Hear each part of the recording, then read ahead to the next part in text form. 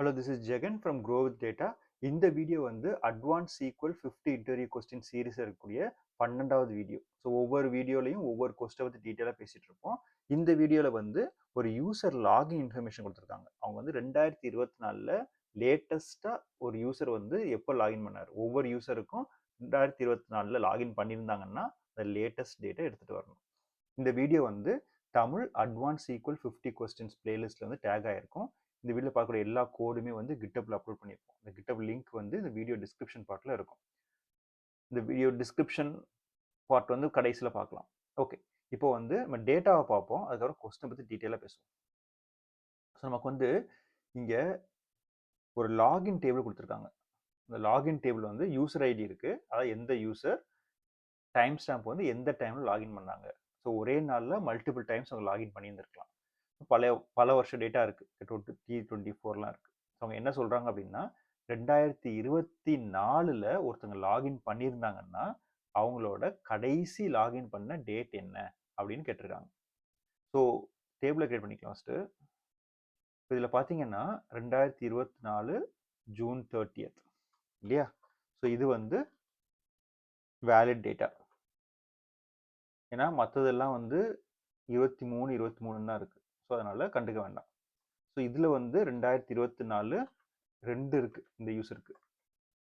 So ஒன்று வந்து February, ஒன்று வந்து டிசம்பர். ஸோ இதில் வந்து டிசம்பர் தான் வந்து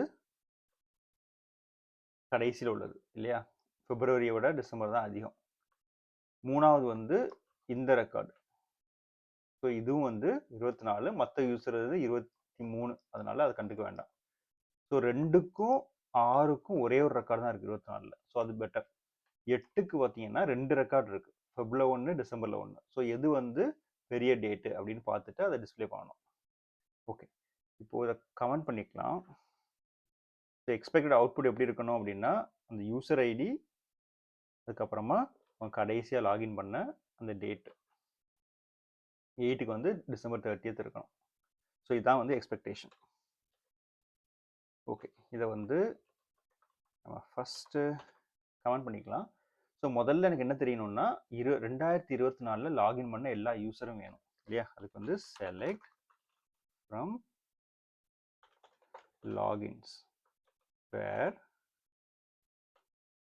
டேட்டா எக்ஸ்ட்ராக்ட் பண்ணுறதுக்கு நிறைய விஷயங்கள் இருக்குது. ஒரு டேட்லேருந்து இயரை எக்ஸ்ட்ராக்ட் பண்ணுறதுக்கு நிறைய வழிகள் இருக்குது. நான் லெஃப்டில் இருந்து பண்ணுறேன். லெஃப்ட் அப்படின்னு வரும்போது என்ன காலம் கொடுக்குறோமோ அது லெஃப்ட் சைடு இல்லையா? ஸோ அதோட டைம் ஸ்டாம்போட லெஃப்ட் சைடில் இருந்து 4 கேரக்டர் எடுத்துகிட்டு வாங்க அப்படிங்கிறோம். 2024 இருக்கணும். இப்போ நான் ஸ்டார் கொடுத்தேன்னா எனக்கு வந்து இந்த 6, 8, 8, 2 இந்த 2024 லாகின் பண்ண எல்லா யூஸருமே வந்துடுவாங்க. ஸோ இது லெஃப்ட்டுக்கு பதிலாக நீங்கள் வந்து இதை இயராக கன்வெர்ட் பண்ணிக்கலாம். இயர் ஆஃப் டைம் ஸ்டாம்ப், இது 4 தேவையில்லை. ஸோ அதுவும் வந்து அதே ரிசல்ட் தான் கொடுக்கும். அது நீங்கள் பிட்வீன்னே கொடுத்துடலாம். Between Jan 1st December 31st வரைக்கும் கூட கொடுக்கலாம். So how are you want to. Okay, so இது வந்து டேட் ஃபில்டர். இப்போ வந்து யூசர் ஐடி டைம் ஸ்டாம்ப் பார்த்தீங்கன்னா நமக்கு கரெக்டாக அந்த வந்துருச்சு, 24 லாகின் ஆகி வந்துருச்சு STAMP. ஸோ ஆனால் இதில் மோர் தென் 1 டேட் இருந்துச்சுன்னா, இப்போ 8க்கு வந்து 2 டேட் இருக்கு இல்லையா? எனக்கு மேக்ஸிமம் லேட்டஸ்ட்டாக இது பண்ணாங்க அந்த இது பண்ணணும் அப்படின்னா பேசிக்லி அந்த டைம் ஸ்டாம்பை வந்து நான் மேக்ஸ் எடுத்துடலாம். இருக்கிறதுலையே பெரிய டேட்டு ஆஸ் லாஸ்ட் ஸ்டாம்ப். ஏ ஸோ இது வந்து அக்ரிகேஷன் ஃபங்க்ஷன். ஒரு மோர் தேன் 1 ரெக்கார்டு ஒரு யூசருக்கு இருந்துச்சு அப்படின்னா அதிலிருந்து நம்ம அக்ரிகேட் பண்ணுறோம், மேக்ஸ் எடுத்துகிட்டு வரோம். ஸோ சம், ஆவரேஜ், மேக்ஸ், மின், இது எல்லாமே வந்து அக்ரிகேஷன் ஃபங்க்ஷன். ஸோ இதை யூஸ் பண்ணுறோம் அப்படின்னா செலக்ட் ஸ்டேட்மெண்ட்டில் நான் அக்ரிகேஷன் காலம் இருக்கு இல்லையா? இதில் வந்து யூசர் ஐடி. ஸோ நான் அக்ரிகேஷன் காலத்தை நம்ம குரூப் பையில் போடணும். இப்போ என்ன ஆகும், அந்த 8க்கு இருக்கக்கூடிய 2 ரெக்கார்டில் எது மேக்ஸிமமோ அதை எடுத்துகிட்டு வந்துடும். ஸோ இதான் வந்து அவங்க எக்ஸ்பெக்ட் பண்ணுறாங்க இல்லையா? 682 கரஸ்பாண்டிங் லாஸ்ட் ஸ்டாம்ப். ஸோ இது வந்து very simple question, right? So ஒரே தெரிஞ்சுக்க வேண்டியது என்னென்னா, எப்படி வந்து நம்ம டைமை வந்து ட்ரங்கேட் பண்ணி இயரை மட்டும் எடுத்துகிட்டு வர்றது அப்படிங்கிறது. மோஸ்ட்லி இன்டர்வியூட்ட கேட்டால் சின்டாக்ஸ் தான் சொல்லிடுவாங்க, பெருசாலாம் பிரச்சனை இருக்காது. ரெண்டாவது வந்து நம்ம வந்து யூசர் ஐடி லெவலில் குரூப் பண்ணணும். ஸோ குரூப் பண்ணுறதா இருந்துச்சு அப்படின்னா, ஒரு அக்ரிகேஷன் ஃபங்க்ஷன் யூஸ் பண்ணும்போது கடைசியில் குரூப் பை அப்படின்னு காலம் கொடுக்கணும். இப்போ காலம் நேம் கொடுக்கலாம் அல்லது பொசிஷன் கூட கொடுக்கலாம். ஃபர்ஸ்ட் காலம் அப்படிங்கும்போது அதுவும் வந்து ஒர்க் ஆகும். மோஸ்ட் ஆஃப் டேட்டாபேஸ் இது அக்செப்ட் பண்ணிக்கும். சில டேட்டாபேஸ் வந்து நீங்கள் கரெக்ட் இம்ப்ளிசிட்டாக அந்த காலம் நேமே அப்படியே போடணும் அப்படின்னு சொல்லுவாங்க. பட் அதர் காலம்ஸ் எல்லாம் 1 2 3 எல்லாம் ஒர்க் ஆகும். ஓகே, ஸோ இது வந்து நார்மல் சீக்வல் ஃபார்மேட். ஸோ இதே இது விண்டோஸ் ஃபங்க்ஷனில் எப்படி பண்ணுன்னு பார்க்கலாம். ஸோ இந்த எக்ஸாம்பிளுக்கு வந்து விண்டோஸ் ஃபங்க்ஷன் வந்து ஒரு நல்ல சொல்யூஷன் கிடையாது. பட் விண்டோஸ் ஃபங்க்ஷன் எப்படி ஒர்க் ஆகுதுன்னு தெரிஞ்சுக்கிறதுக்காக ஒரு சின்ன ஒரு டெமோ. ஸோ நம்ம யூசர் ஐடி டைம் ஸ்டாம்ப்பு 2024 பார்த்தது. ஸோ இல்லையா, இந்த 4 ரெக்கார்டு வந்துருச்சு. இப்போ இதை வந்து நான் ரேங்க் பண்ண போகிறேன். So row number over partition by user ID. So partition by user ஐடினா என்ன காலம் கொடுக்குறோமோ இல்லை யூசர் ஐடின்னு கொடுத்துருக்கோம் இல்லையா. ஸோ ஒவ்வொரு யூசர் ஐடிக்கும் அந்த ரோ நம்பர் வந்து ரீசெட் ஆகும். அது எப்படிங்கிறத பார்க்கலாம். Order by timestamp as row number. இப்போ பார்த்தீங்கன்னா 2 6க்கும் ஒரே ஒரு ரெக்கார்டு தான் இருக்குது. அதனால ரோ நம்பர் 1 1 வந்துருச்சு. 8க்கு பார்த்தீங்கன்னா 2 ரெக்கார்டு இருக்குது. ஸோ டைம் ஸ்டாம்பை வச்சு நம்ம ஆர்டர் பண்ணியிருக்கோம் இல்லையா. அதனால் 2024 February 1 வந்து மொதல் டேட்டு. அதுக்கப்புறமா தான் டிசம்பர் வருது இல்லையா. அந்த யூசருக்கு இருக்கக்கூடிய ரெக்கார்டு அதை ரேங்க் பண்ணியிருக்கோம். பட் நமக்கு என்ன கேட்டிருக்காங்கன்னா லேட்டஸ்ட் டேட்டு தான் வேணும், ஃபஸ்ட்டு டேட்டு வேண்டாம் அப்படிங்கிறாங்க. அதனால டிசெண்டிங் ஆர்டர் கொடுக்குறோம். டிசெண்டிங் ஆர்டர் கொடுத்தா என்ன ஆகும், பெரிய நம்பர் ஃபஸ்ட்டு வந்துடும் இல்லையா. அப்போது டிசம்பர் 30 வந்து ஃபஸ்ட்டு வந்துருச்சு. ஸோ அது ரேங்க் 1 ஆயிடுச்சு. ஃபெப் வந்து 2வது வந்துருச்சு. இப்போது நமக்கு இந்த ரோ நம்பர்னு ஒரு ஃபில்டர் இருக்குது. இதே இது வந்து ஸ்னோஃப்ளேக்கு இல்லை டெரடா டேட்டா பேஸாக இருந்துச்சுன்னா qualify row number equal to 1 அப்படின்னு கொடுத்தோன்னா ஒர்க் ஆயிரும்.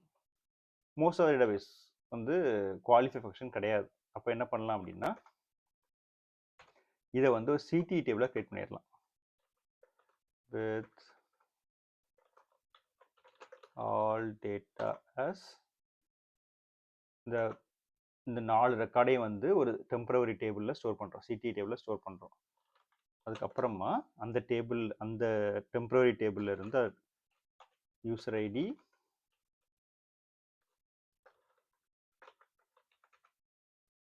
Time stamp from all data where row number equal to 1. வேணாகும் அந்த ரோ நம்பர் 1 இருக்க டேட்டா மட்டும் எடுத்துகிட்டு வரும். ஸோ 8க்கு வந்து டிசம்பர் 30th வந்துருச்சு. மெயின் ரீசன் வந்து டிசெண்டிங் ஆர்டர் கொடுத்ததுனால இல்லையா. ஸோ இது வந்து விண்டோஸ் ஃபங்க்ஷனோடது. ஸோ இது விண்டோஸ் ஃபங்க்ஷன் ரோ நம்பர் கொடுத்துருக்கோம் இல்லையா. இதே மாதிரி சார்ட் பண்ணி ஃபில்டர் பண்ணுறதுக்கு இன்னும் 2 விண்டோஸ் ஃபங்க்ஷன் இருக்குது. நார்மலாக ஃபஸ்ட் ஒரு டிபார்ட்மெண்ட்டில் இருந்து ஃபஸ்ட்டு 3 சேலரி எடுத்த எம்ப்ளாயி எடுத்துகிட்டு வாங்க, அதை மாதிரி கேள்விக்கெலாம் வந்து நம்ம வந்து ரோ நம்பர் யூஸ் பண்ண மாட்டோம், ரேங்க் யூஸ் பண்ணுவோம். ஸோ அதுவும் வந்து ரோ நம்பர் மாதிரி தான் ஒர்க் ஆகும். ரைட். ஆனால் ரோ நம்பர் வந்து 1 2 3 4ன்னு வந்துட்டு இருக்கும். ரேங்க் வந்து ஒரே நம்பராக இருந்துச்சு அப்படின்னா அது வந்து ரிப்பீட் ஆகும். இப்போ வந்து ஒரே சேலரி வந்து 10 எம்ப்ளாயி வச்சுருந்தாங்க அப்படின்னா ரேங்க் வந்து 10க்குமே 1 வரும். அதுக்கு அடுத்து வந்து 11 12ன்னு போயிடும். இன்னொன்று வந்து டென்ஸ் ரேங்க். டென்ஸ் ரேங்க்கும் அதே மாதிரி தான், ரேங்க் மாதிரி தான். ஆனால் ரேங்க் வந்து ஸ்கிப் ஆகும். 10 பேர் ஒரே சேலரி வச்சுருந்தாங்கன்னா 1 1 1 எல்லாரும் 10 பேருக்கு வரும். அப்புறம் வந்து 11 12 13 ஸ்கிப் ஆயிரும். ஆனால் டென்ஸ் ரேங்க் வந்து அப்படி இல்லை. 1 1 1 1 10 வரைக்கும் வரும். அப்புறம் 2 3 4ன்னு போயிடும். ஸ்கிப் நம்பரை ஸ்கிப் பண்ணாது. அதான் டென்ஸ் ரேங்கோட ஸ்பெஷாலிட்டி. ஓகே, ஸோ இப்போது நமக்கு rank, dense rank, row number எல்லாம் பார்த்துட்டோம். ஆனால் இந்த எக்ஸாம்பிளுக்கு வந்து இந்த சிம்பிள் மேக்ஸ் ஃபங்க்ஷன் மட்டுமே போதுமானது. ஸோ நமக்கு என்ன தெரிஞ்சிருக்குன்னு இன்டர்வியூட்ட காமிக்க வேண்டாம். அந்த கொஸ்டினுக்கு என்ன பண்ணணும், அது பெஸ்ட்டாக எந்த அப்ரோச் இருக்குது அப்படிங்கிறத காமிக்கிறது பெட்டர்.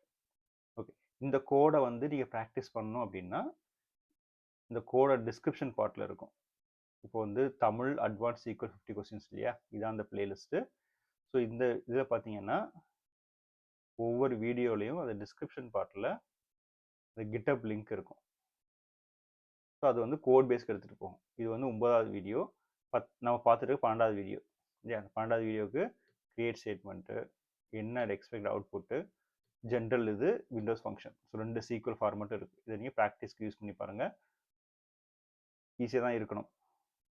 அடுத்து வந்து வாட்ஸ்அப் சேனல். ஸோ இங்கே வந்து வாட்ஸ்அப் சேனல் லிங்க் இருக்குது. Growth data WhatsApp channel add ஆகணும் அப்படின்னா அந்த லிங்கை யூஸ் பண்ணி வாட்ஸ்அப் சேனல் நீங்கள் ஆட் பண்ணிக்கோங்க. இந்த வீடியோ உங்களுக்கு பிடிச்சிருக்கும்னு நினைக்கிறேன். தேங்க்ஸ் ஃபார் வாட்சிங்.